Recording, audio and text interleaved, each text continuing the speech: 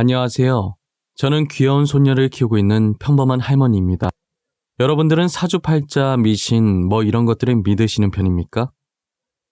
믿으실지 안 믿으실지 모르겠지만 저는 한때 안 믿는 사람이었어요. 과거엔 안 믿는 사람이었으나 지금은 솔직히 진짜 그런 게 있는지 잘 모르겠어요. 어쩌면 정말 사주라는 게 실제로 존재하는 게 아닐까라는 생각이 가끔 들 때도 있어요. 왜 제가 이런 고민을 하게 됐는지 지금부터 여러분들께 들려드리려고 해요. 제 이야기를 듣고 여러분들은 어떻게 생각하는지도 궁금해지네요. 저는 아까 말씀드렸다시피 미신을 전혀 안 믿는 사람이었어요. 하지만 저희 어머니께서는 미신에 굉장히 맹신하시던 분이셨죠. 그래서 제가 아주 갓난아기 때 어머니께서 제 사주를 본 적이 있으셨어요. 저는 타고난 팔자가 사나워서 주변 사람을 잃기 쉽다고 했다는 거예요. 특히나 남자와는 상극이고 여자와 잘 맞는다고 했다더라고요. 사주라는 게 정말 있는 건지 아니면 우연의 일치였던 건지는 잘 모르겠지만 저는 아버지와의 추억을 전혀 기억 못할 정도로 정말 어릴 때 아버지께서 병으로 돌아가셨었어요. 그래서인지 안 그래도 미신에 맹신하던 어머니는 확실히 사주팔자가 있다고 믿게 되셨고 늘 제게 사람을 사귈 때 깊게 사귀지 말고 남자는 피하라고 하시더라고요. 심지어 좋은 사주를 가진 생일을 돈 주고 사자는 말도 안 되는 소리까지 하셨었어요. 저는 미신을 안 믿었으니 당연히 사주팔자 같은 것도 믿지 않았죠. 그래서 어머니의 말씀을 주의 깊게 새겨듣지를 않았고 돈 주고 생일 사서 팔자 바꾸면 모든 사람이 다 생일을 돈 주고 사겠다고 말 같지도 않은 소리 하지 말라고 했어요. 어머니는 정말 제 생일을 살 기세였지만 저의 만류로 사지 않으셨어요.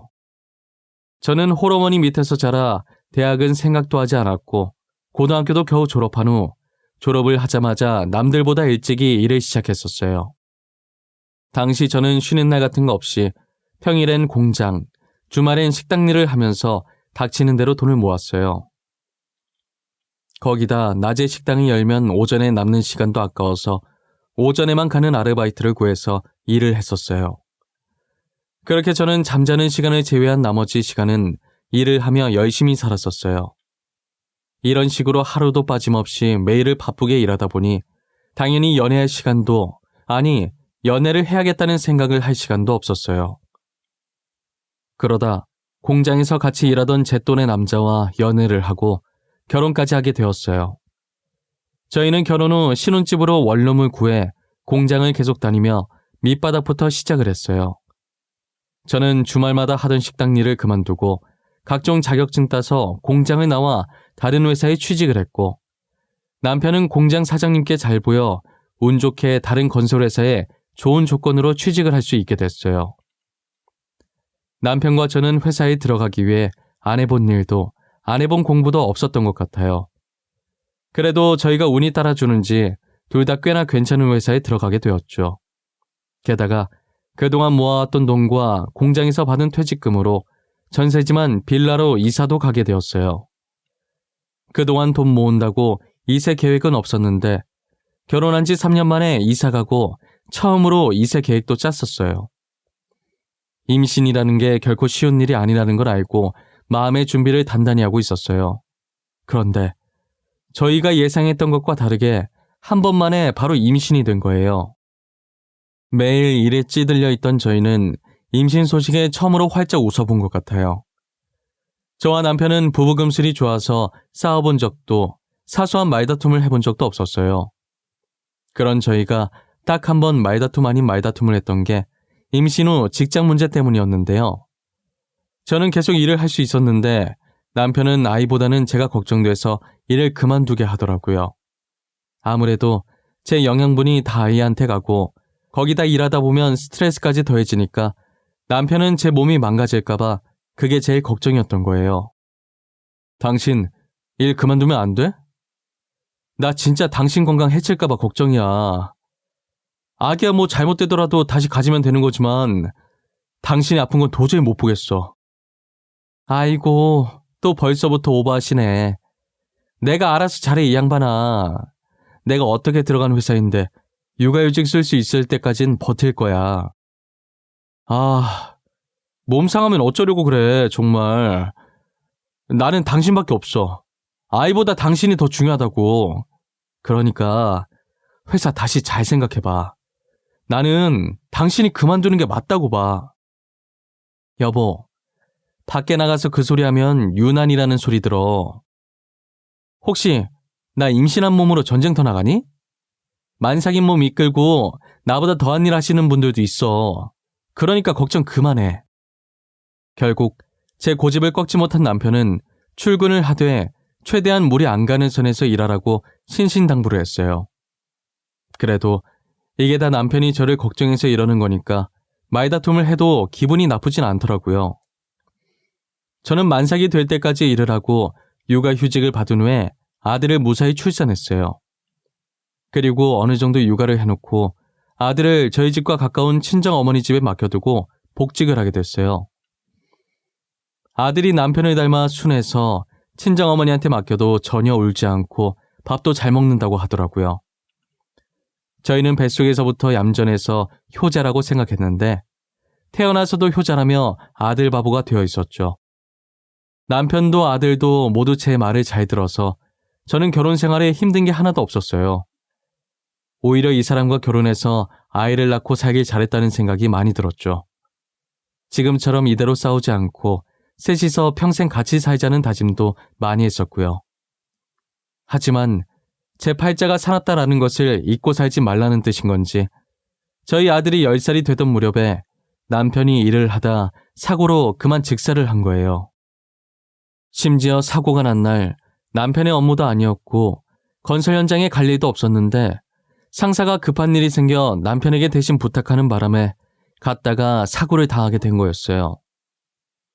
저는 남편의 시체를 직접 확인하고도 죽었다는 사실을 믿고 싶지가 않았어요.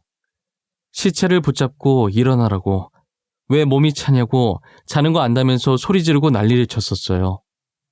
하지만 남편은 정말 나쁘게도 끝까지 제 말에 대답을 해주지 않았고 눈을 뜨지 않았죠. 장례식장에서도 남편 영정사진을 보며 하염없이 눈물만 흘렸던 것 같아요. 저는 그때까지만 해도 제 팔자 때문에 남편이 죽었다는 생각을 해보지 않았어요. 아예 어머니께서 제 사주를 봤었다는 사실도 까맣게 잊고 있었죠. 그저 왜 이런 일이 제게 일어나는지 신세한탄만 했던 것 같아요. 남편 따라갈까 생각도 많이 했지만 어린 아들을 보니 그러지도 못하겠더라고요. 그래도 10살밖에 안 된 아들이 자기 딴에는 장남이라고 의젓하게 장남 노릇을 하고 있는 거예요. 울어서 지친 제게 다가와서 아무 말 없이 제 손을 잡는데 저 조망만한 손이 얼마나 의지가 됐는지 몰라요. 저는 이 아이를 봐서라도 이전보다 더 열심히 살아야겠다는 생각을 했어요. 이렇게 어린 아들도 담담하게 잘 버텨주고 있는데 제가 여기서 무너지면 안 되잖아요. 그리고 남편도 제가 본인 때문에 무너지는 걸 결코 바라지 않을 테고요. 저는 혼자서라도 열심히 아들을 키우기 위해 제 퇴직금과 집 전세금, 그리고 그동안 저희가 모았던 돈으로 뒤편에 조그만 방 하나가 딸린 가게를 구해서 일도 하고 생활도 하기 시작했어요. 남편 퇴직금과 사망보험금도 있었는데 그 돈은 차마 쓰질 못하겠더라고요. 그래서 제가 가지고 있던 모든 돈을 끌어모아서 겨우 가게를 구할 수 있었어요. 할 줄 아는 거라곤 음식 만드는 것뿐이라 분식집을 하게 되었어요. 싼 가격에 나온 가게라 기대도 안 했었는데 위치가 너무 좋은 거예요. 근처에 학교가 하나 있었고 학원도 군데군데 있어서 아이들이 자주 사 먹으러 왔었어요. 아이들 주머니 사정을 생각해서 최대한 싸게 팔았더니 장사가 잘 되더라고요. 학교 마치고 학원 마치고 허기진 배를 채우러 아이들은 늘 저희 분식점을 찾아왔죠. 그렇게 저는 분식집을 운영하며 아들을 키워왔어요. 아들은 성인이 될 때까지도 제게 반항 한번 하지 않았고 말대답했던 적도 없었어요. 항상 아들을 보면서 또래 애들답지 않게 투정도 부리지 않고 일찍 철이 들어 버린 것 같아 미안했어요. 고등학교 졸업하고 바로 일해서 제게 보탬이 되고 싶다고 하는 걸 얼마나 말렸는지 몰라요. 지금 성적도 좋은데 이대로 대학을 포기하는 건 너무 아쉽다고, 대학을 가야 더 좋은 곳에 취업할 수 있다고 달래고 또 달랬었죠. 어머니, 저 졸업하면 바로 일 시작할 거예요. 이제 성인이니까 저도 어머니께 조금이나마 보탬이 되어드리고 싶어요. 그게 무슨 소리야. 일을 하겠다니. 대학 가야 할래가 일을 왜 해? 너는 아무것도 신경 쓰지 말고 대학 갈 준비나 해. 싫어요. 저도 일할래요. 돈 벌 거예요. 그동안 어머니께서 저 힘들게 키우셨는데 하루라도 빨리 어머니 짐 덜어드려야죠. 내가 언제 돈 벌어달라고 했어? 아니잖아. 성적도 좋으면서 왜 그러는 거야. 대학 가. 대학을 가야 더 좋은 곳, 돈 더 많이 주는 곳에 취업을 하지. 지금 너 공장밖에 못 가. 제게 한 번도 말대답한 적 없던 아들이 처음으로 제 말에 반대 의견을 내놓더라고요. 아들이 어떤 마음으로 그렇게 말한 건지 잘 알지만 괜히 저 때문에 아들 인생을 망치고 싶지 않았어요. 그렇게 저희는 며칠간 실랑이를 벌이다 아들은 저를 이기지 못했고 제 뜻대로 대학에 가겠다고 말했죠. 아들은 평소 성적이 좋았고 수능까지 잘 쳐서 이름 있는 대학교에 들어갈 수 있었어요. 저는 아들의 대학 등록금 내줄 돈을 충분히 가지고 있었기에 대학에 가라고 한 것이었는데 아들이 짐 될까봐 열심히 공부해서 장학금 받고 다니는 바람에 제가 등록금을 내줄 기회가 없었어요. 늘 제 생각밖에 하지 않는 착한 아들 덕분에 제가 지금까지 잘 살고 있는 것 같아요. 그런 아들이 결혼할 나이가 다가올수록 저 혼자 괜히 서운해지고 아직은 아들과 더 같이 있고 싶은데 당장이라도 결혼할 여자가 있다고 인사시키면 어쩌지 하는 생각도 참 많이 했었어요. 역시나 제가 한창 생각이 많아졌을 때 아들이 며느리감을 데리고 왔더라고요. 며느리의 첫인상이 솔직히 말하면 그닥 좋은 편이 아니었어요. 얼굴이 워낙 날카롭게 생겨서 성격이 좀 있을 것 같다는 생각이 들었죠. 하지만 사람은 얼굴로 판단해선 안 된다는 말이 있듯이 며느리의 성격이 얼굴과 정반대였어요. 얼굴은 까칠 도도한 반면 성격은 저희 아들이랑 똑같이 순둥하고 순수하더라고요. 제가 그냥 보내는 건 아닌 것 같아서 음식이라도 좀 내오려고 하면 제 뒤를 졸졸 따라다니며 자기가 뭐라도 도우려고 하는 모습이 너무 귀엽고 이뻐 보였어요. 어머님, 혹시 제가 도와드릴 건 없을까요? 저 과일 내놓으시려고 꺼내신 거죠? 그거 제가 들고 나갈게요. 저 반찬들도 식탁에 올려놓으면 되죠? 아이고, 괜찮아요. 내가 할게요. 손님은 대접을 받아야지. 이런 거에서 쓰나. 내가 할 테니까 우리 아들 옆에서 편하게 앉아있어요. 어른이 이렇게 바삐 움직이고 계신데 제가 감히 어떻게 가만히 있어요. 괜찮으니까 편하게 시켜주세요, 어머님. 괜찮다니까 그러네. 그럼 아가씨는 앉아있어요. 차라리 내가 아들 시킬게. 아가씨도 남의 귀한 집 자식인데 시켜 먹으면 안 되지. 그래, 내가 할게. 저기서 쉬고 있어. 손님이 무슨 일을 해. 엄마, 이거 가지고 나가면 되는 거지? 필요한 거 빼놓으면 내가 가지고 나갈게. 아이, 그래도 그럼 밥이랑 수저만 내가 가지고 나갈게. 이건 나도 양보 못해. 어머님, 밥은 저한테 주세요. 얻어먹는데 하나라도 도와야 제 마음이 편해요. 제게 잘 보이려고 일부러 가식을 떠는 게 아니라 원래 본인의 모습이라는 게 느껴졌어요. 밥을 먹으며 이런저런 얘기를 했는데 며느리가 저희 아들처럼 홀아버지 밑에서 자란 아이였더라고요. 아버지께 교육을 어찌나 잘 받았는지 말과 행동이 요즘 애들 같아 보이지 않았고 홀어머니 밑에서 자라 철이 일찍 든 저희 아들이랑 비슷한 게 끼리끼리 잘 만났다는 생각이 들었어요. 저는 이런 아이라면 결혼도 하고 둘이서 평생 싸울 일 없겠다 싶어서 바로 결혼을 허락했어요. 그날 며느리와 함께했던 건 잠깐의 시간이었지만 그 시간 동안 서로를 배려하는 모습이 정말 보기 좋았어요. 결혼하고 며느리는 저와 같이 살기를 원했지만 제가 한사코 반대를 했고 같이 살지 못한다면 일이라도 도와드리고 싶다고 하길래 저는 며느리 고집을 꺾지 못하고 결국 같이 일을 하기 시작했어요.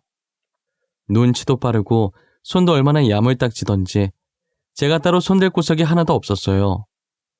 주변에서 며느리와 있으면 자주 부딪힌다는 말을 자주 들었어서 걱정을 많이 했었는데 걱정과 달리 저는 며느리와 사이좋게 행복하고 재미있게 일을 했던 것 같아요. 그리고 며느리가 손자와 손녀까지 낳아서 저희 집엔 아이든 어른이든 웃음소리가 끊이질 않았죠. 저희 가족들 중에 누구 하나 화내는 성격이 없어서 항상 평화로웠어요. 이 평화로움이 평생 지속되길 바랐지만 저희의 평화가 깨지는데 5년이라는 시간밖에 걸리지 않았어요. 저희 큰 손자가 5살이 되던 무렵이었는데요. 저와 며느리는 여느 때처럼 가게에서 일을 하고 있었어요. 그때 주머니 안에 넣어둔 전화가 요란하게 울렸지만 그날따라 손님이 많아서 전화 받을 틈이 없었죠. 어느 정도 사람들이 빠졌을 때 물 마시며 숨을 돌리려는 순간에 다시 전화가 울리더라고요. 번호도 확인 안 하고 받았는데 병원이라고 저희 아들이 사고를 당했는데 위급하다고 하는 거예요. 저는 그대로 휴대폰을 떨어뜨리고 정신이 풀린 채로 허겁지겁 병원으로 달려갔어요. 며느리가 뒤에서 어디 가냐며 저를 불렀지만 제 귀에 들리지 않았어요. 병원으로 가는 택시 안에서도 제발 사람만 있어달라고 기도하고 또 기도했죠. 저는 택시 내리면서 신발 한 짝을 떨어뜨린 것도 모른 채 병원 안에서 아들을 찾아다니기 바빴어요. 하지만 병원에 도착하니 이미 아들은 숨을 거둔 뒤였고 저를 반기는 건 흰 천을 뒤집어 쓴 아들이었어요. 숨을 한번 들이킨 뒤 떨리는 손으로 흰 천을 내려 얼굴을 확인하는데 아들의 몰골이 처참하더라고요. 저는 다리에 힘이 풀려 그대로 주저앉아 아무 말도 못하고 눈물만 흘리고 있었어요. 며느리는 떨어뜨린 제 휴대폰을 열어 최근 기록에 있던 번호로 전화해 병원인 것을 확인했고 뒤늦게 저를 찾으러 병원을 뛰어다니다 저와 아들을 발견하곤 소리를 지르며 손으로 입을 막았어요. 제가 정신을 못 차리고 있자 며느리가 침착하게 의사에게 무슨 상황이냐고 물어보더라고요. 선생님, 저희 남편 어떻게 하다가 이렇게 된 건가요? 교통사고 난 건가요? 한 아이가 공을 떨어뜨려서 주우러 갔는데 갑자기 아이 쪽으로 화물차가 오는 바람에 환자분께서 아이를 구하려고 뛰어드셨어요. 그러다 이렇게.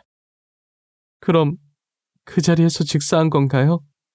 저희 남편 살 가능성은 하나도 없었던 거예요? 병원에 왔을 당시 의식이 살짝 있으셨고 만약 수술을 했다면 살 가능성이 희박하게 남아 있었지만 저희가 수술 동의서를 작성하지 않으면 수술을 진행하지 못합니다. 그래서 몇 번이나 전화를 드렸었는데 저희 아들은 손자와 비슷한 또래의 아이를 구하려다 사고를 당해 세상을 떠나버리고 말았어요. 만일 수술을 했다면 낮은 확률이긴 하지만 그래도 살 가능성이 있었는데 저희가 일한다고 전화를 받지 못해 아들을 살릴 기회조차 날려버린 것이에요. 그날 전화만 받았다면 수술이라도 받아왔을 텐데 제가 아들을 죽인 거나 마찬가지였어요. 의사의 말을 듣고 주먹으로 제 가슴을 얼마나 쳤는지 몰라요. 내가 전화만 받았어도 우리 아들 내가 죽인 거야. 전화 받았으면 이렇게 안 갔어. 분명 살았을 거야. 내가 죽였어. 내가 우리 아들을. 어머님 잘못 아니에요. 저도 전화 못 받았어요. 제 잘못도 커요. 정말 죄송해요. 저라도 전화 받았어야 하는데. 아니다. 내 잘못 맞아. 내 새끼 이렇게 죽어가는 줄도 모르고 그놈의 돈이 뭐라고. 돈 벌려다가 내가 내 새끼 죽인 거야. 수술도 못 해보고 떠나보냈어. 저와 며느리는 끌어안고 아들이 저렇게 된 건 서로 자기 탓이라며 울었어요. 아들이 살리고 떠난 아이의 부모님은 저희를 찾아와 죄송하다고 그리고 감사하다고 고개를 숙였어요. 모든 장례식 비용을 지불하겠다고 무슨 말로도 위로가 안 되겠지만 정말 죄송하다며 울었어요. 저는 그 아이의 엄마 손을 잡으며 저희 아들이 살린 귀한 목숨이니 아이를 소중히 키워달라고 제 아들이 바친 목숨이 아깝지 않게 잘 키워달라고 하니 아이의 엄마는 울면서 고개를 끄덕였어요. 저와 며느리는 아들의 마지막 배웅을 해준 후 가게로 돌아왔어요. 정말 추억이 많은 장소지만 아들을 죽인 장소나 마찬가지인 이 가게에 더 이상 있고 싶지가 않았어요. 결국 저는 가게를 다른 사람에게 팔아버렸고 그 돈으로 혼자 살 만한 조그만 집을 구했어요. 며느리는 자신의 집에서 살라고 했지만 이제 남편도 없는데 더 이상 시어머니까지 모실 필요가 없으니 저는 며느리의 제안을 완강히 거절했어요. 혹시나 제가 다른 생각을 하지 않을까 걱정됐는지 며느리는 수시로 저희 집을 들려서 제 안부를 묻고 이것저것 필요한 게 없는지 꼼꼼하게 본 뒤 챙겨주곤 했어요. 그러다 문득 저는 저희 어머니께서 예전에 제게 말씀해 주셨던 사주가 생각이 난 거예요. 너는 항상 조심해야 돼. 그 무당이 너 팔자 사납다고 조심해야 된다더라. 주변 사람 잃기 십상이래. 너 때문에 죄 없는 사람들이 죽을 수도 있어. 죽기까지요. 알겠어. 조심할게 엄마. 그 말 지금 몇 번째인 줄 알아? 귀에 딱지 앉을 것 같아. 그러니까 그만해. 내가 알아서 잘할게. 너는 남자랑 안 맞다고 하니까 나중에 결혼하면 남편한테도 조심하라고 하고 자식으로 아들 낳으면 아들한테도 조심하라고 일러. 알겠어? 알겠다고 엄마. 이제 제발 그만 좀 해. 지겨워 죽겠어. 꿈에서도 그 소리 들릴 것 같아. 진짜 진절머리나. 걱정되니까 그렇지. 네 아빠도 죽었지 않냐. 그 무당 용하다고 소문났어. 그 사람이 말한 것 중에 틀린 거 하나도 없었다더라니까. 지금 엄마 말은 내 팔자 때문에 아빠가 병 생겨서 죽었다는 말이야? 그럼 내가 아빠 죽인 거냐고. 무슨 말 같지도 않은 소리야?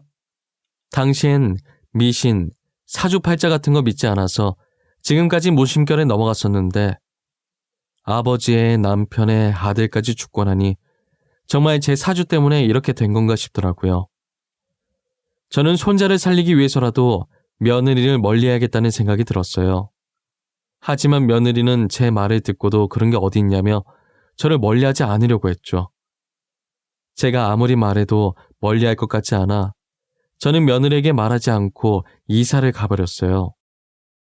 그렇게 며느리와 연을 끊은 지 3년이라는 시간이 지났던 것 같아요. 이제 혼자의 생활이 익숙해질 때쯤 누군가 저희 집 배를 누르더라고요. 저는 택배인가 싶어 확인도 안 하고 문을 열어주었는데 문 앞에 며느리가 서 있는 거예요. 놀라서 인사도 못하고 있는데 며느리는 며칠 동안 있다 갈 거라고 하면서 저희 집으로 들어오더라고요. 아이들은 어떻게 하고 왔냐고 하니 친정 아버지께 맡기고 왔다고 하는 거예요. 제가 가란다고 해도 안 갈 게 뻔했기 때문에 일단은 차를 한 잔 꺼내줬어요. 여기까지는 어떻게 알고 온 거야? 혹시 누가 알려줘서 왔니? 내가 여기서 지내는 거 아는 사람 몇 없을 텐데. 친구분한테 3년간 졸라서 알아낸 거예요. 제가 3년 동안 찾아가서 물어봤는데 모른다고 하시면서 끝까지 안 알려주시더라고요.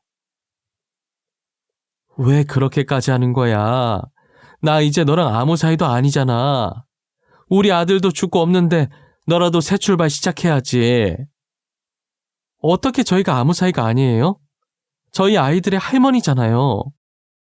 핏줄이잖아요. 저희가 이혼해서 떨어진 것도 아닌데 왜 남처럼 행동하세요? 저는 계속 어머님 대접해드릴 거예요. 내가 저번에도 말했잖니. 나랑 있으면 손자가 위험해진다고. 나는 손자 지키기 위해서 일부러 너랑 연을 끊은 거야. 솔직히 저는 그런 거 모르겠어요.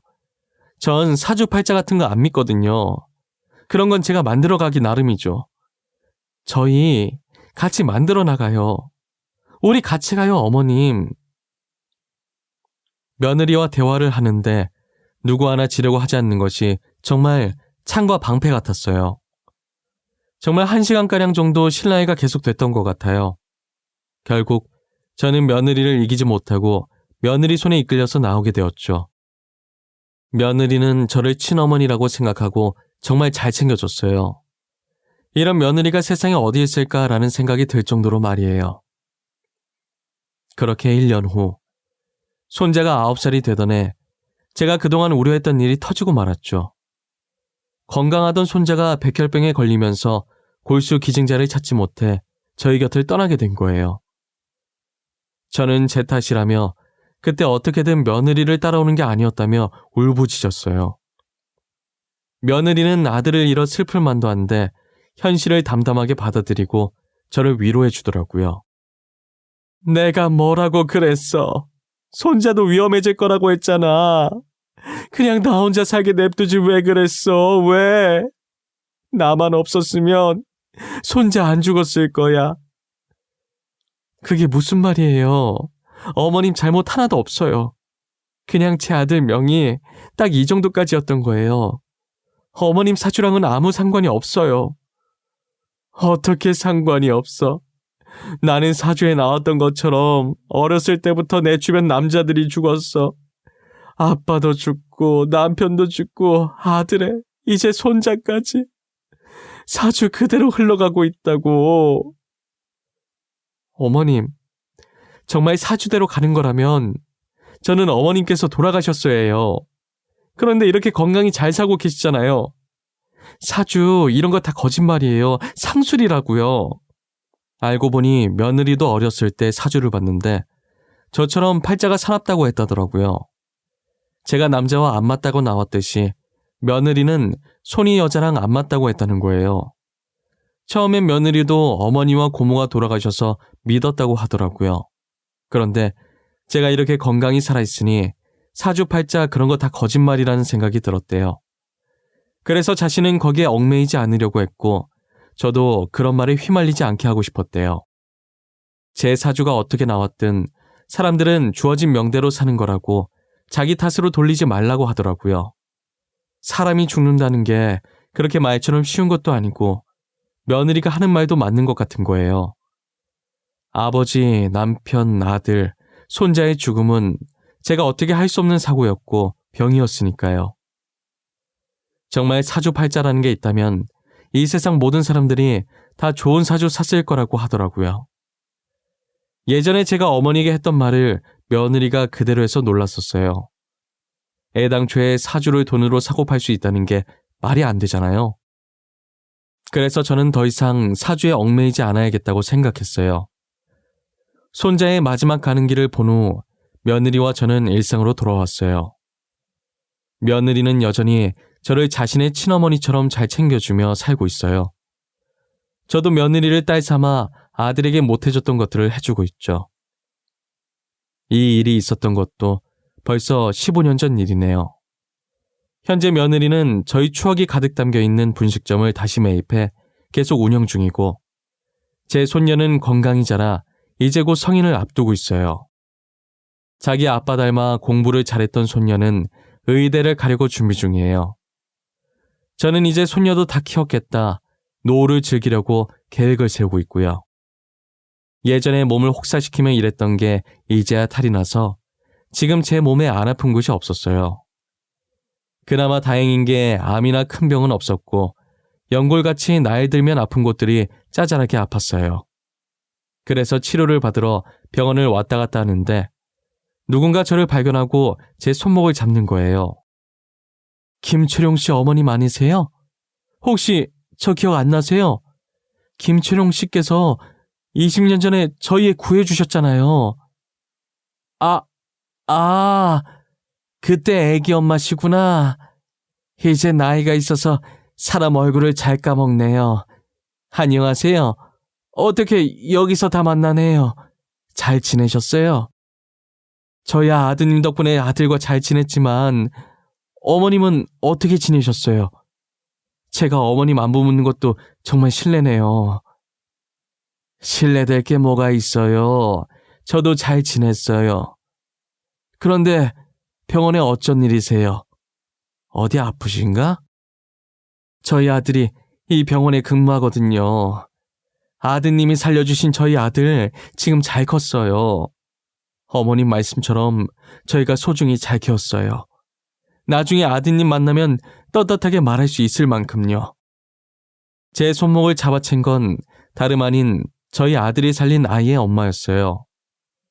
저는 20년이라는 세월이 흘러 이미 아이의 엄마 얼굴을 잊은 지 오래였지만 아이의 엄마는 한순간도 제 얼굴을, 아들 이름을 잊은 적이 없다고 하더라고요.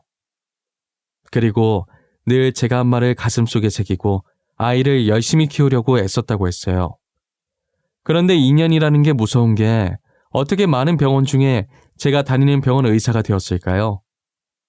저와 아이의 엄마는 어떻게 이런 인연이 다 있냐며 신기해했죠. 저는 아이의 엄마와 연락처를 교환해 종종 연락을 하곤 해요. 안 그래도 된다고 했는데 계속 음식 같은 것들을 제게 선물로 보내기도 했죠. 아들이 맺어준 좋은 인연들 덕분에 제 노후는 든든한 것 같네요. 며느리도 아이의 엄마도 이렇게나 저를 챙겨주니 말이에요. 이 행복도 언제까지 갈 수 있을지 모르겠지만 15년간 아무 일 없었던 것처럼 앞으로도 제 주위에 있는 인연들과 아무 탈 없이 잘 지냈으면 좋겠습니다. 제 사연은 이렇게 마치려고 합니다. 이 사연을 보시는 모든 분들도 부디 건강하시고 행복하셨으면 좋겠어요. 사주팔자에 얽매이지 마시고 본인 삶은 본인이 만들어 나가셨으면 좋겠습니다. 저도 남은 생 행복하고 즐겁게 살도록 노력할게요. 감사합니다.